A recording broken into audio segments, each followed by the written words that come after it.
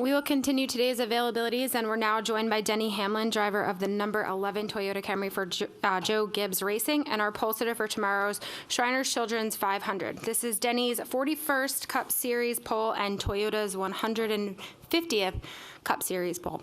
We'll go ahead and open it up for questions. If you have one, please raise your hand, and we'll get a mic over to you. We'll start over here with Zach.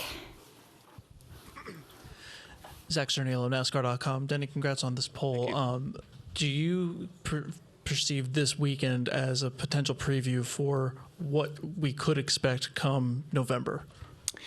You know, normally I would say yes, and there always will be correlations to who runs well in the spring versus who runs well in the fall. But everyone's dealing with a new tire and a new aerodynamic package that all of you have well documented. So I think that it will take time for some to adapt to it. And so while you might see some who, like, you know, the 11 car maybe have found something that really works with it, hopefully we can carry that into the fall so we're not so far behind. Others will eventually catch up to it. So I think that the answer is yes and no, but it'd be easy to overreact. But I would say that, you know, since we have those two big variables, things will change through this spring and summer months. On focusing on tomorrow, is it more important to start toward the front of the field today? Obviously, you've got the most clean air where you are, where there are so many unknowns of how well you can pass. Yeah, I mean, I think that, again, I saw some of the drivers' comments, and I understand everyone's frustration and whatnot, but I certainly believe that data doesn't lie in a lot of instances, so it is better. While it is a very, very small amount, it certainly is better. The tire, I think, is the biggest gain that we've had over the weekend, having a tire that is faster on the short run, falls off more on the long run. So, you know, hats off to Goodyear for bringing a better tire to the racetrack. And it needs to continue to evolve as they see how wear happens tomorrow. Keep evolving it, keep pushing the limits of the tire. So I think that, you know, overall the weekend's going to be good. Up front's good. The kind of the position where my pit crew was last week, being one of the best on pit road. Now you give them the number one stall.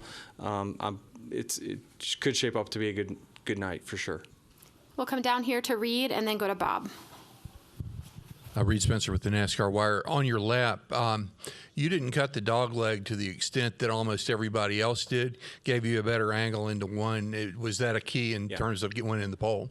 Yeah, I was kind of 50-50 on it because I didn't cut it in the first round, but we consistently saw that I was about a half a car length behind entering turn one, but my angle was better. So that was a very indecisive decision to, like, well, okay, I won't go all the way, but I won't stay where I was. So it looked like I kind of netted out in a good position to where I was able to cut a little bit, but also keep my angle into turn one. So, yeah, it was, I mean, right as I'm leaving pit road to go on the lap, I'm thinking about, will I or will I not do it? A lot of it also depends on how well I got up to speed off of turn four. And since I got a good run off four, I decided to just barely cut it slightly. Go to Bob.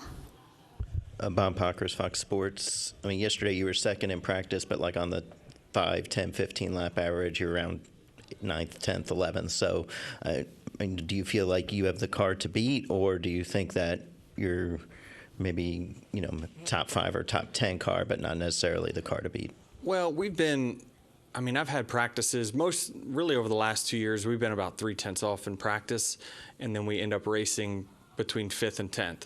So for yesterday to only be a 10th off, it tells me that we shouldn't be a 5th to 10th place car tomorrow. We should be better than that. There was definitely cars better than us, but, you know, give my team some time to think about it overnight. We have some dialogue, think about things and how we're going to adjust. We certainly have the capability of getting there to being the best. Are there any other questions? We'll go down here to Cole and then to Lee.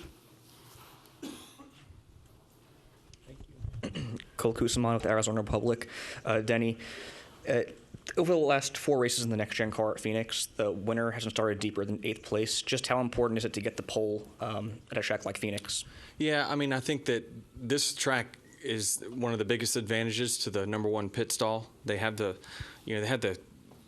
kind of the pit out camera so close to the number one pit stall that it's just an overwhelming advantage for those guys. And then usually you'll see, more than likely we'll have somebody pretty competitive choose right behind us because by rolling it really looked like those guys were all really fast. So I think that a lot of it has to do with your pit selection, and even though this pit road has plenty of room to move the camera back, it's always just been right there at the number one stall. So we've seen championships won that way. So it's great for our team to not be at a disadvantage when it comes down to if we're racing someone for a win.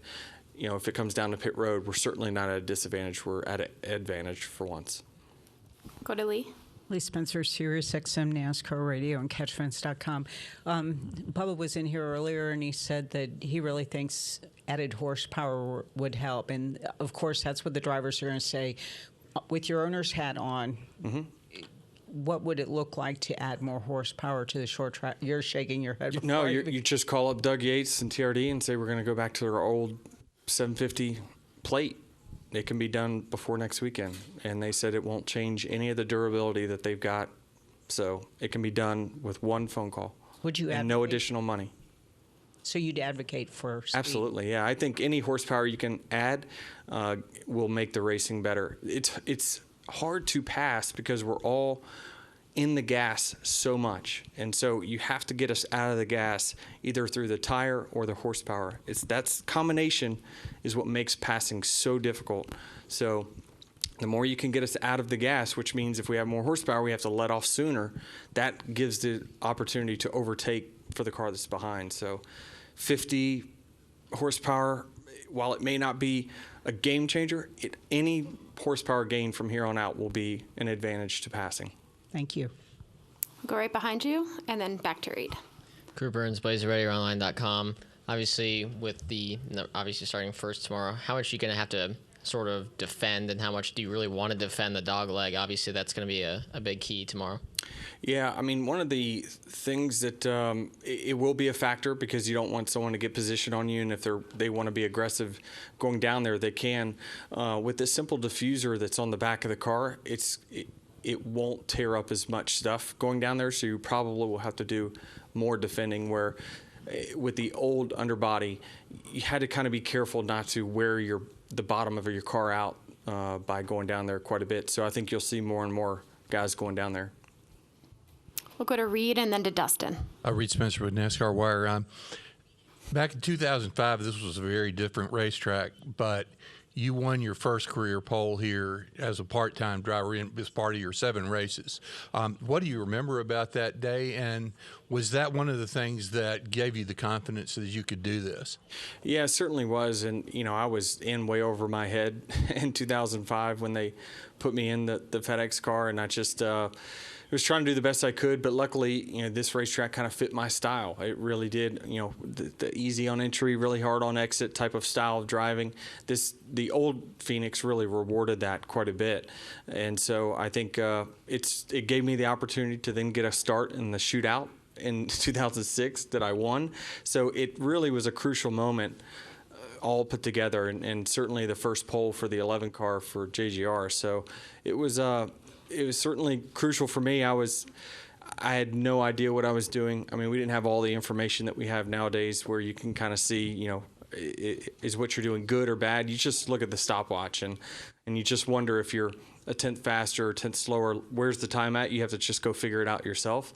So I was just soaking it all in, trying to figure it out. But back then, it was when Tony Stewart was just killing guys on the short tracks, and I was a beneficiary of some of the setups that he had. Go to Dustin.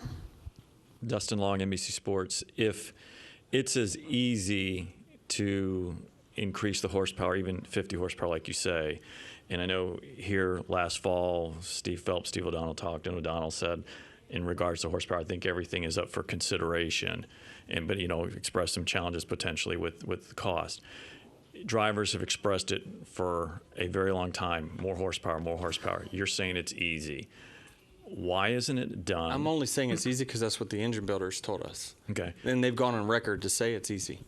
So why isn't it done yet? You will have to call Jim France on that. I do not know. Okay. And my other question is, you guys have certainly spoken out in the media about being all for it. Is there anything else you feel like you can do in terms of any more of a united front to say, here's this and here's why, or here's let us show X, Y, and Z? We don't need to prove it. I've been in the sport for 20 years now. I've been part of all these tests that have squeezed it down.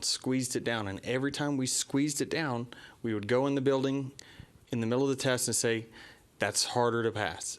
Every time we've done that. So I don't understand. There's obviously other reasons, right? They're trying to get other manufacturers in here. They're trying to do this or in that. It's part of a bigger picture that I won't understand. You won't understand. No one really will understand. But we don't need to sacrifice our actual product for trying to entice someone new, right? I think that if you put on great racing, people will want to come no matter what. So I think that we're going to continue to beat this horse until it finally gets some movement, but I don't know that it will happen just for reasons that we just will never understand, or it will never get explained. Okay. Thank you. Thanks. All right, Denny, thank you for your time today, and good luck tomorrow. All right, there's the checkered flag. Great job, driver.